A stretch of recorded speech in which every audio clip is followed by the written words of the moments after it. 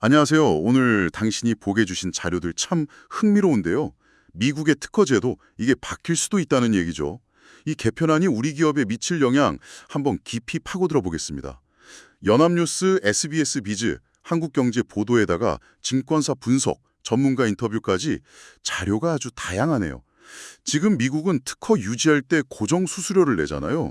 근데 이걸 트럼프 행정부 쪽에서 특허 가치에 따라 뭐 최대 5%까지 매기자 이런 얘기가 나온다는 거죠. 이게 진짜 현실이 되면요. 삼성, LG, 현대차 같은 우리 기업들 부담이 어마어마해집니다.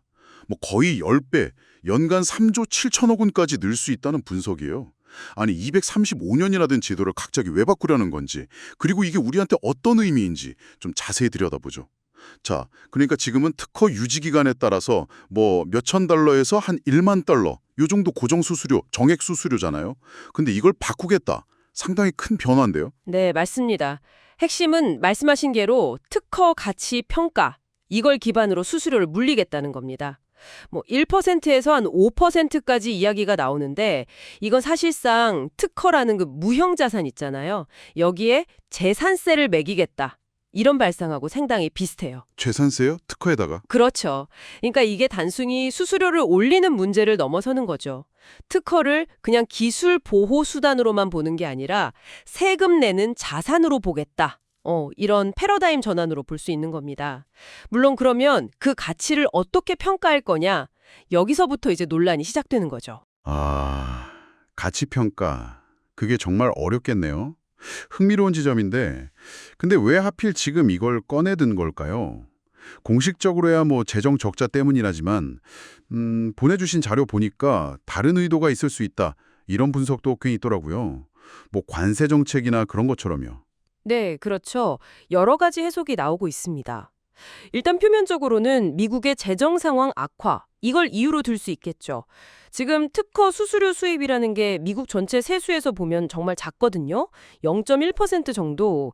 근데 이걸 바꾸면 수십억 달러 비상 더 거둘 수 있으니까요. 재정에는 도움이 되겠죠. 수십억 달러면 적은 돈은 아니네요. 그렇죠. 하지만 이걸 그냥 재정 문제로만 보기는 좀 어렵다는 시각이 많습니다. 특히 중국과의 기술 경쟁이 심화되는 상황에서요. 네. 미국에 특허 많이 내는 외국 기업들, 뭐 대표적으로 한국이나 중국 기업비를 좀 견제하려는 거 아니냐. 이런 분석이 상당히 설득력이 있어요. 아, 타겟이 있다는 거군요. 네, 이게 사실상 혁신 기업들한테 매기는 뭐랄까 기술 관세 같은 역할을 할 수 있다는 우려가 그래서 나오는 거고요. 지식재산을 새로운 무역 분쟁의 도구로 쓰려는 걸 수도 있고요. 그렇군요. 아, 이게 진짜 현실화되면 우리 기업들 입장에선 정말 비상이겠네요. 연간 3조 7천억 원. 이 정도 추가 비용이면 엄청난데요.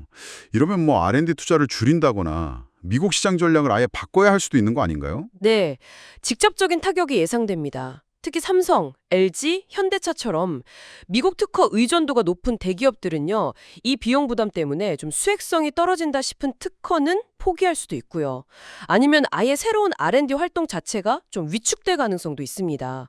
장기적으로 보면 기술 경쟁력 저하로 이어질 수 있는 거죠. 하긴 비용이 너무 커지면 그리고 또 하나 중요한 게 이미 특허로 돈 벌면 세금 내잖아요. 근데 유지하는 것 자체에 또 가치 기준으로 돈을 내라. 이거 이중과세 아니냐? 이런 반발도 상당히 거셉니다. 아, 그것도 맞는 말이네요. 네. 게다가 가치 평가 방식이 복잡해지면 이게 국제 특허 협약들, 뭐 PCT나 TRIPS 같은 거랑 충돌할 수도 있다는 지적도 나오고요.